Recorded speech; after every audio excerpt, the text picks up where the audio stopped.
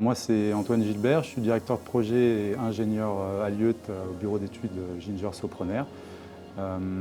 Du coup, on a un projet qui s'appelle Habitat 4.0.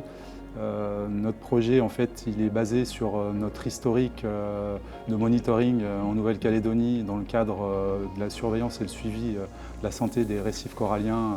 Il s'inscrit dans un cadre réglementaire et en fait, on est sur des systèmes en fait, de méthodologiques qui datent des années 90 qui sont en fait fonctionnels, mais qui méritent aujourd'hui d'être un petit peu dépoussiérés, que ce soit dans l'acquisition, puis derrière aussi dans l'efficacité et la précision, parce que en fait, entre le moment où on acquiert la donnée et le moment où elle est utile pour le gestionnaire, le pas de temps n'est pas forcément compatible avec l'action.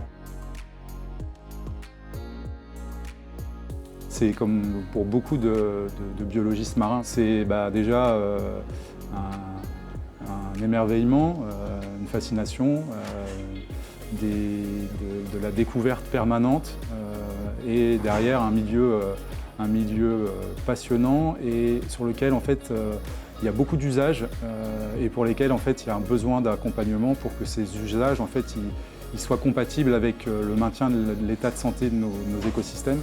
Donc ça c'est pour la partie plutôt professionnelle. Après personnellement on est tous usagers du lagon, que ce soit pour les activités nautiques, sportives, mais aussi récréatives.